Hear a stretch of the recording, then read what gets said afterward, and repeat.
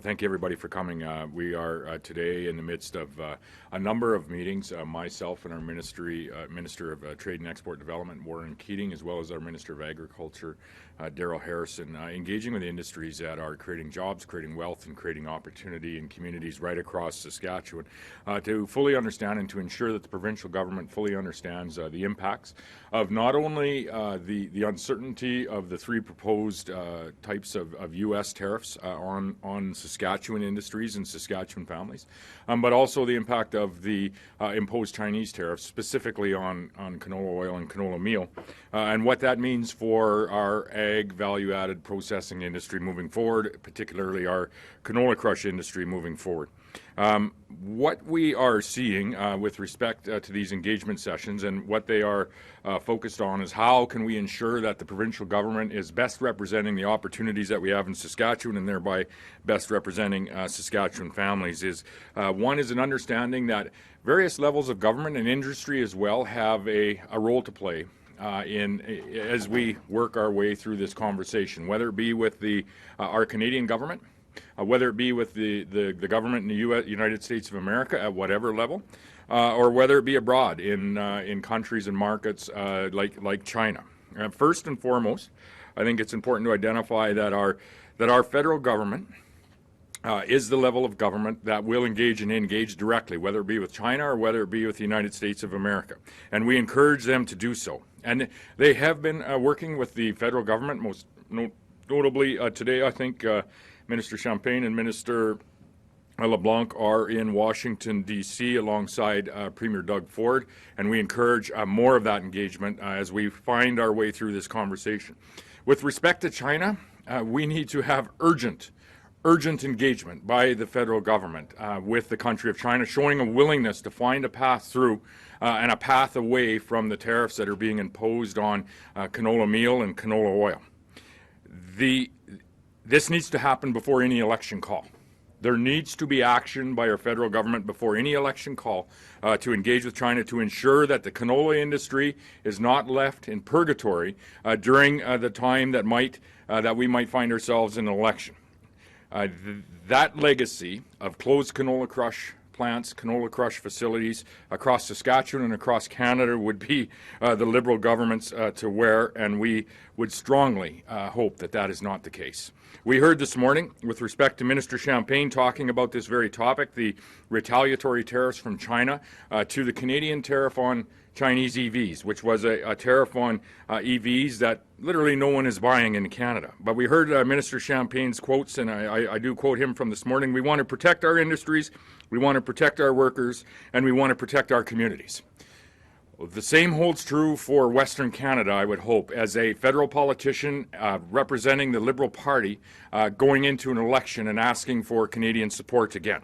We would ask Minister Champagne and the entirety of the Liberal government to represent canola industry workers in Saskatchewan and across Canada. We would ask Minister Champagne and the Liberal government to represent Saskatchewan communities where the canola industry is paramount in how we create wealth in our families, and represent the canola industry more broadly by engaging with China immediately in an effort to have these tariffs removed from such an important industry that's creating wealth for Saskatchewan and Canadian families.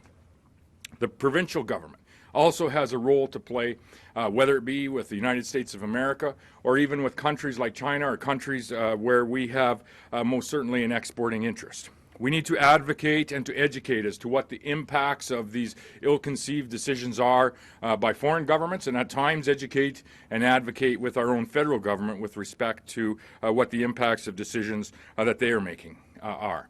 Right now, we have 5 challenges ahead of us in Saskatchewan. The first 3 are from the USA, the fentanyl and the border security tariffs of 25% and 10% on various items. The second would be the tariffs that are in place today, the steel and aluminum tariffs, which have an impact on Canadian and, yes, Saskatchewan businesses and families.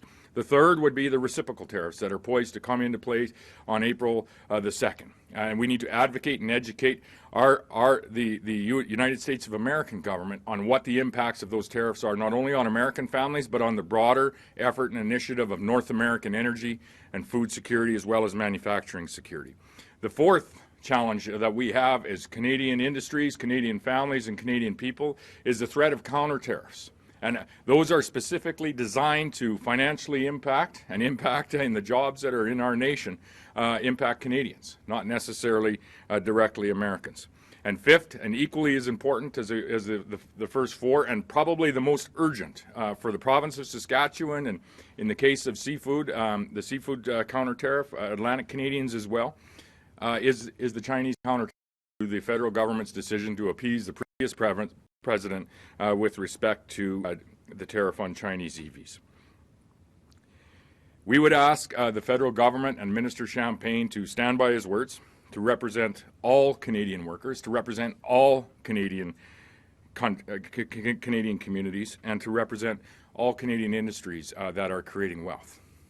And we will continue to advocate not only with him, but with other parties as well, as we do find ourselves on the path to an election in this nation, on the path ultimately to some certainty on who is going to lead us through the course of the next 4 years, and to negotiate not only with the American president, but to negotiate with other export markets around the world. But we would ask the Liberal government, in the interests of Canadians that live in the province of Saskatchewan, across Western Canada, and I would say across the nation, they need to engage with the Chinese government to show a signal that they are ready to negotiate and to find a path to a non-tariff environment, or the legacy of closed industries and shuttered industries will be theirs throughout the campaign. Anything to add? We just say we would close in thanking the industries that have engaged and provided guidance to the provincial government this morning, and many more coming this afternoon. Have you spoken to Mark Carney yet? And what is your reaction? Obviously, we'll have a new Prime Minister. Yeah, we probably have three. Probably three this year. Yeah. Wouldn't you agree? Oh, sorry. We likely have 3 this year. Well, it's possible. It is. Sorry, my question was, have you spoken to Mr. Carney? What is your reaction? Obviously, you clashed, or you had differences with the previous Prime Minister Trudeau. What is your reaction to his election? Are you more hopeful for a better relationship between Saskatchewan, especially at this time with respect to trade? Yeah, first, I would say congratulations to Mr. Carney on winning the leadership race. I understand he's going to be installed as our Prime Minister tomorrow. And so congratulations on that as well. And I look forward to working with him for the period of time that he chooses until he calls an election. But he has some things that he needs to do, and he needs to hit the ground running, most certainly. I would say paramount and first of those things is to provide a plan on the 5 tariff topics that I have outlaid here today. 3 with the United States government. He needs to engage with the Chinese government immediately. I noticed this morning already that his first planned international visit is to the European Union. Not good. Not good. We don't have a trade war with the European Union today. We are in the midst of a trade war with the United States of America and China, the 2 largest economies in the world, and our two largest export markets and trading partners. To choose to go to the European Union is beyond what I could understand as being in any way impactful or representing Canadians. And so I would ask Mr. Carney to reconsider that, engage immediately with the Chinese government, continue and engage and lay his plan out with respect to how he is going to engage with the United States of America. And I would suggest that plan should not include anything in the way of export tariffs, because that is very much one of the threats that has been identified by Saskatchewan industry as being one of the 5 tariff-related threats that are going to end jobs for a period of time in this country, and ultimately are not in any way finding our way towards that North American energy and food security goal that Saskatchewan really plays a part in. Can you elaborate on what you said yesterday? You said in the next, if the Chinese tariffs go through in a week, that it would decimate the canola industry in Saskatchewan. Can you elaborate on that statement? Yeah, it'll close crushing plants. I can't be more clear. And the people that will be working in those plants will not have a job for a period of time. More impactful than that, and I would really hope that anyone that is running for the Liberal Party of Canada or any party in the next election listens to these next words. More impactful than a temporary loss of jobs in the canola crush industry is the markets that we are losing. The markets that we are losing are going to be they were incredibly hard to build in the first place, and they're going to be incredibly hard to regain. And so I don't know that those jobs will immediately come back. This is the reason that I ask Prime Minister-designate Carney to reach out, make his first engagement with the government of China to find a way through these very, very disastrous counter tariffs that have been implemented that are going to have an impact on Western Canadian families. Do you feel other premiers are on board with you in terms of making China the first priority? Well, I've laid out 5 priorities. 3 of those are from the United States of America. I've spent about half of my time or better this last month in the United States of America. If I felt I could be on the ground in China and make a difference, I certainly would do that. And those are some questions that we're asking folks that we're meeting with here today that represent employers across and job creators across Saskatchewan. But who can make a difference, and who the expectation, I think, of Canadians to engage with the second largest economy in the world and an important export market for Canadians would be the leader of our federal government. And that is going to happen tomorrow with Mr. Carney when he becomes our Prime Minister. That should be his first phone call. He should be laying out on all 5 topics what his plan is moving forward, how you're going to negotiate and find a path with the United States of America. Japan did. Taiwan did. Mexico is very much hunting for a path to agreement with the President of the United States of America, and I would hope that our Prime Minister-elect is looking for a similar path. The goal here is not who wins or loses. The goal here is to have a free and fair trading environment with the largest economies in the world. That's the expectation of the federal government. I say that would be the expectation of Mr. Carney when he's installed as our Prime Minister tomorrow. Just to ask you on steel and aluminum tariffs, those are now in place. Have you been talking to the Saskatchewan industry? Could you touch on the importance of steel and aluminum provincially? There's a lot of focus of it in Eastern Canada. Could you talk about the industry in Saskatchewan? Yeah, no, we have engaged very closely with the industry, and I invited a number of them to the meetings throughout today as well so that they can provide us some guidance. I said yesterday we're looking at every opportunity that we have provincially, using whether it be the strength of our economy or what that might be to support the steel industry in the province, as that is the industry that is experiencing and has tariffs implemented on them right now today. The rest are looking at likely an April 2nd or maybe even an earlier implementation date. Changes day by day, as everything does in this conversation. So we're in active discussions with the steel industry and how we can keep people employed in that industry during what is a very tumultuous time, and a time where certainty just isn't an opportunity that we have. Are you aware of any job losses already in the Saskatchewan steel industry, or any impact already coming down the pipe? I am not. Have you? Not yet. You guys have been, you three especially, I suppose, have been racking up the air miles the last few months. If you wouldn't mind, just outside of the U.S., just telling me some of these places you've traveled to form other trade relationships and strengthen the ones that we currently have in the face of these tariffs. Yeah, and as I said yesterday, we have a number of goals here. One is to have a free and fair trade environment with all of our largest trading partners, and I'll ask Warren and Daryl to comment on the markets that they've been in the last number of weeks. So first is to not have tariffs present. Second, if they are present, is to have them removed as quickly as possible. Third is to even further diversify our market, so we are not even as reliant as we are today on one market in the world. That being said, in Saskatchewan, we can be so fortunate to have the challenge of increasing. Since we formed government, I talked yesterday of our export value being $17 billion, climbing up. Last 3 years has been in that $45 to $50 billion range. It virtually tripled, or even a little more in the last decade and a half.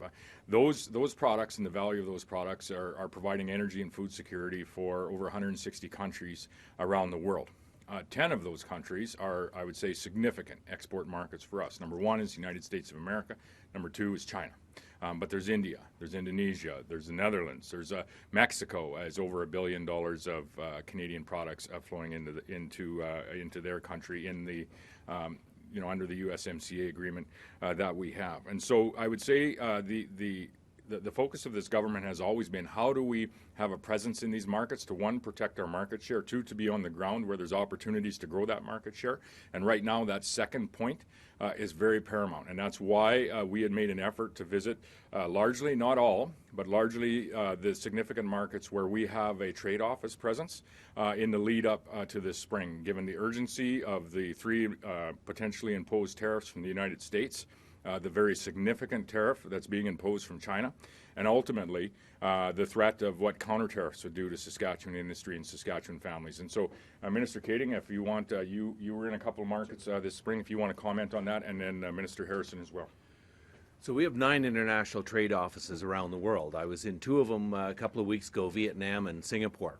Interesting, what we found in both of those areas is certainly a move towards food security and energy security. However, both of those areas define those differently. And I think it was so important for us to be there to understand ultimately how they're defining them and how we can support them in both of those key areas. So, we've got 9 different regions this year that hit over $1 billion that we exported into.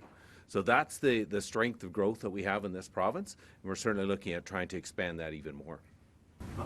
Sorry, Minister Kading, just a question on the canola tariffs on China cover value-added crops. Could you talk about seed has been left off, seed has been left off that. Could you talk about, and some analysts have been observing and saying there could be a small silver lining in that canola seed demand in China could increase as a result of less value-added product going in there. Do you have any thoughts or analysis on that? Well, my thoughts are of our crushing industry that's evolved and developed here in Saskatchewan. We've got multi-billion dollars invested in capital in the canola crush industry. So I think that's our biggest concern is ultimately how is it going to affect the crush industry and the jobs and ultimately the value of canola that goes with it. I mean, that's what we're seeing now. Canola is one of the most valuable commodities that producers have on their production list this year, and all of a sudden we're looking at that now being in the red ink as well. So I think the value really to us is canola in general, what it means to our ag producers, but ultimately what it means to our canola crush industry, which is evolving and expanding on a regular basis here. In fact, we've got a new crush plant that was hoping to come online here very shortly, and I'm concerned about them and the viability of them coming to the marketplace now with all of these tariffs implemented both on the U.S. side and certainly into China as well. Daryl, and your international. Yes, thanks. Certainly attending and bringing opening remarks to the Pulses Conclave in New Delhi was very welcoming. India is a very important market. We have a trade office there on the ground, and day to day their work is very much appreciated. It maintains and grows that market. They're a growing country. Their standard of living is increasing, and their demand for protein is high. And we want to not only maintain that, but we want to grow it. We don't want to lose any ground in that market because once you lose it, it's tougher to get back. Over in the United Arab Emirates, it's certainly a trade hub for that part of the world. They've set themselves up well, and that's a very important because it's going to be one of our fastest growing markets anywhere in the world. So we always got to maintain those and grow them, and also search out new markets as well.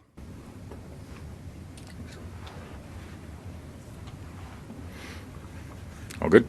Premier, what stories did you hear from businesses this morning, and what did you tell them? What we talked about was essentially the 5 challenging potential tariffs that we have in front of us. Some in place, some the threat of the tariff being in place. 3 from the U.S., the fentanyl border security tariff, I would call it. 2 would be the aluminum steel tariff, which is in place. 3 would be the reciprocal tariffs. The 4th challenge would be any retaliatory tariffs that might come from our own federal government in the way of export tariffs or tariffs directly on Canadian business and families. And then the last, and likely the most urgent conversation, at least I would hope that the federal government would view this as the most urgent conversation, is the Chinese counter tariff on not only canola products but seafood as well as pork. The federal government does need, and what we heard this morning in particular from the agricultural industry, is there's boats in transport to China that are now trying to find a new home. There is a real urgency, and I think you will see associations calling for this urgent action of the federal government prior to any election call to engage with China and signal that Canadian government is going to work with the Chinese government to find a path forward on a free and fair trading environment. The same path forward, I think, has been coming together when it comes to the 3 threats that we have south of the border. We're hearing Various political leaders talk about dollar-for-dollar tariffs. They're 10 times, the economy in the U.S. is 10 times our size. If you think you're going to stare down that economy, you might not get the result that you are looking for, and we heard that from industry. There needs to be a path forward that provides us as Canadian industries with the free and fair trading environment that we have been able to have access to on both sides of the border for literally not only decades now, but in excess of a century. And so, as I said, what was really quantified and solidified for me in the meetings this morning is the role that the federal government has to play. They are our federal government. They do represent us as Saskatchewan industries and Saskatchewan families and Saskatchewan residents, and the expectation is that they would do so, whether it be in the American market or whether it be with the Chinese government. Those are the two largest economies in the world. We as an exporting province, and I would say largely we as an exporting nation, expect the federal government to do so, and we ask them urgently to engage prior to calling any election. Cancel your trip to Europe if you need to, Mr. Carney. There are higher stakes at play here. There's Canadian jobs at play, and there's Canadian careers at play. Are you seeing any evidence that Saskatchewan's diplomatic efforts are bearing fruit? Yes, and then we discussed that as well with respect to the role that a subnational government or a provincial government can play in engaging, for example, in the American market at any level that we can to ensure that anyone in the policy-making world understands the impacts of certain policy decisions. Impacts on American families, but also the impact on the broader goal of ensuring that we have energy security. For example, in $10 to $15 billion of Saskatchewan oil, which is all of it, finds its way to refineries largely throughout the Midwest in places like Ohio, Illinois, Wisconsin. Those refineries are very specifically tooled to refine a percentage of a lighter American oil, but also Western Canadian heavy crude. You can't just replace that heavy crude content with lighter American oil. You need that heavy crude content. You need that Western Canadian oil in those refineries in order for them to provide the end product that American families put in their vehicles. And I think that's largely why you saw a reduction from 25 to 10% in the initial tariff proposal on the fentanyl border tariffs by the president, is because the transition to exclude Western Canadian energy just simply wasn't possible. That comes through education, that comes through advocacy, often of not only industry, but subnational provincial governments like myself. Admittedly, in China, that's maybe a little bit more difficult just with the structure of government that they have, but we may have some opportunities to engage from a province-to-province level, and we have done that in the past. And so anything that we can do as a subnational government, whether it be in the United States, in China, or, as I said, expanding our market opportunities in a number of other markets. We have many that are over $1 billion of exports today in our trade relationship. We want to do that as well, and that's why we have been to a number of those markets in the last month. You mentioned the possibility of 3 prime ministers. Do you see a distinction between what you're hearing from Pierre Poilievre on trade and Mark Carney? I mean, it seems to me that they're both talking about retaliatory tariffs and that, but you probably listened closer than I have. Are you hearing anything more encouraging? And would you ever suggest that, I mean, we're 12 days away from Parliament resuming, I think, today, or something like that, 11, 12 days, and the opposition parties have said they're going to defeat the government at the first opportunity. Would you ever support an extension of that to try to solve the China tariffs thing or tariffs issue? Well, 12 days is certainly enough time for Mr. Carney to reach out to the Chinese government and to actually show what his ministers said is they want to represent Canadians. 12 days is certainly enough time for Mr. Carney as Prime Minister and his cabinet to meet and to chart a path forward, not only with the Chinese government so that we don't have these tariffs, we don't have these job losses in Saskatchewan and Canadian communities. If we find our way into an election campaign and we see canola crush facilities closing down in Saskatchewan, that's the legacy of the Liberal government.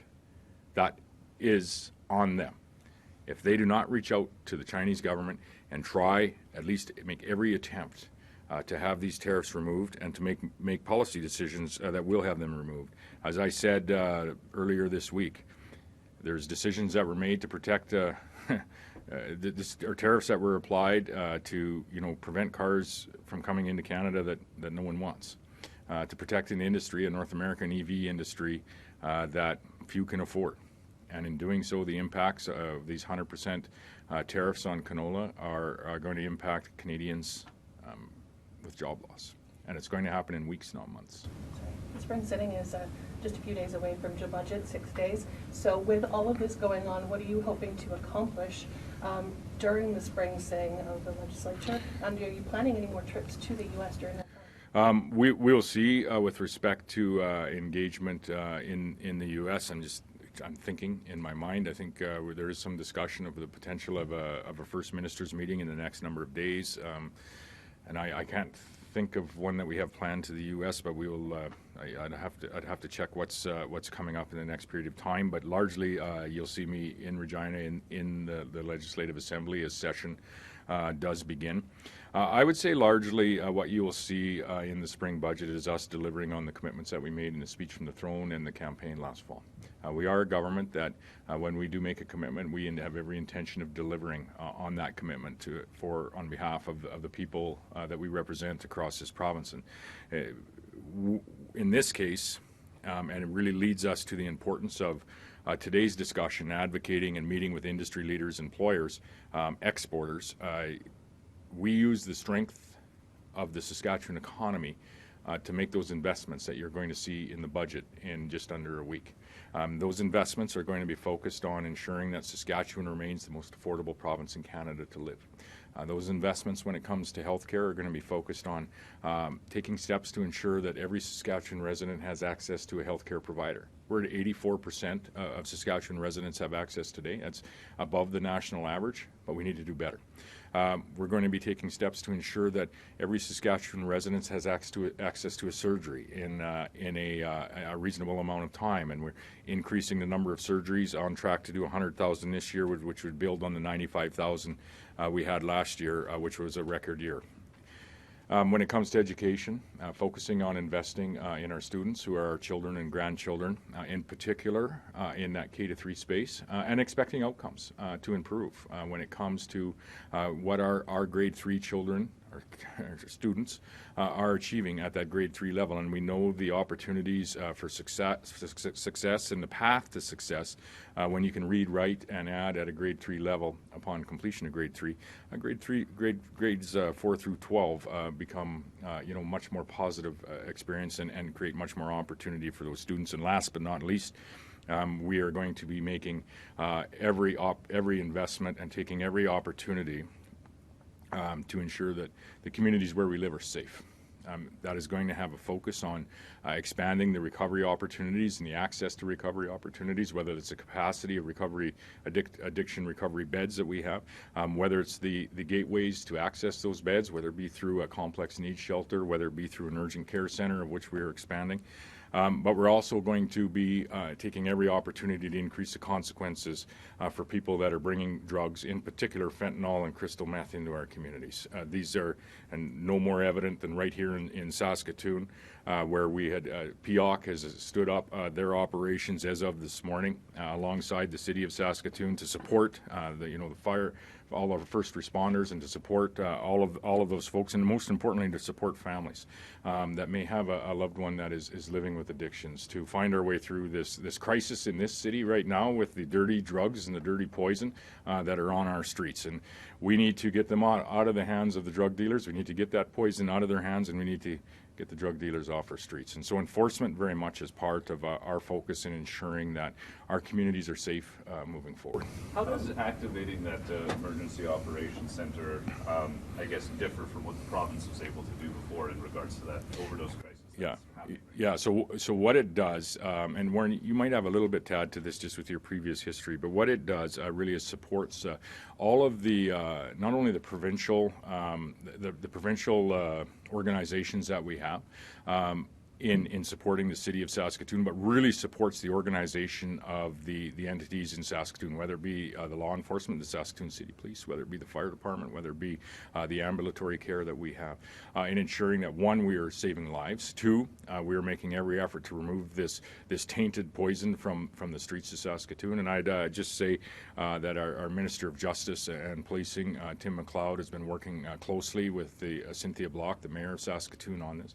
And we're going to continue to work with the City of Saskatoon in supporting the entities and organizations here that are on the very front lines of a toxic, poisonous drug crisis in our province's largest city. Is your government declaring this an emergency? I think there's some levels that POC actually. So, to declare something an emergency is actually a very operational term. And so whether it be, forest fire in the north, whether it be flooding in a community, or whether it be a toxic drug that has entered our community like it is in Saskatoon, I would leave the declarations of emergencies to the professionals, whether that be in the Saskatchewan Public Safety Commission, or whether it be the Saskatoon Police Service, whoever that is.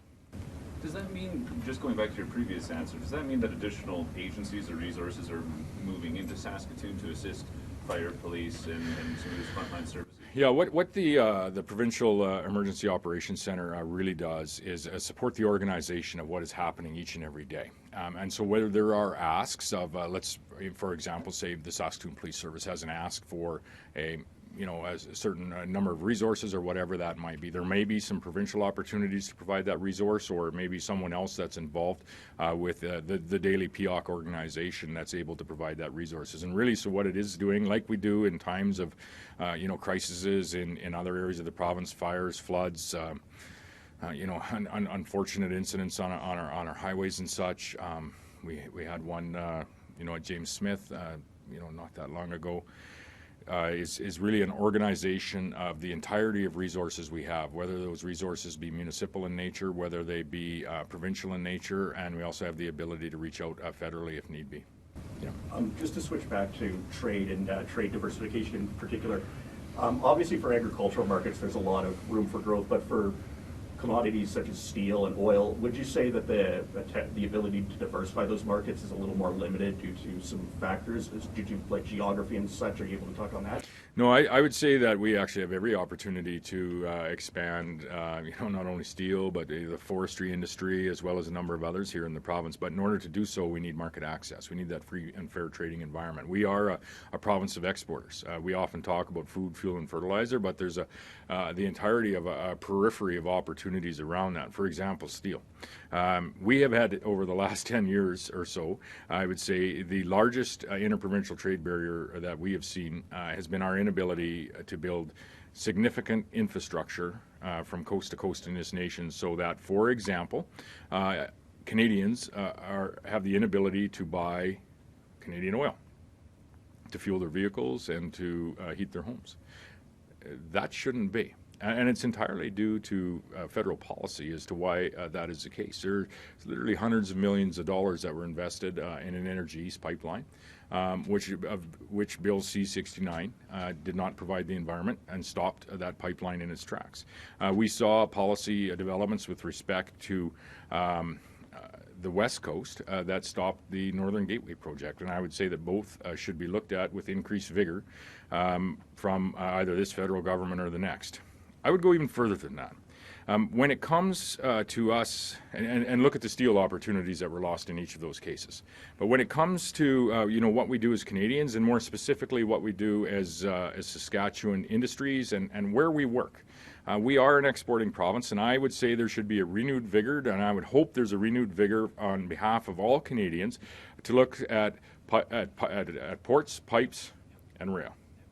And not only the infrastructure challenges and laying out, and I would ask any new federal government to look at long term as to what the infrastructure investment is going to look like and where that is going to come from. Whether it's increasing capacity at the Port of Vancouver or Prince Rupert, or whether it's looking at investing in our military, and some of that would be in icebreakers to ensure the port of the Port of Churchill could actually be a viable port, not only for ag products, but for energy products as well.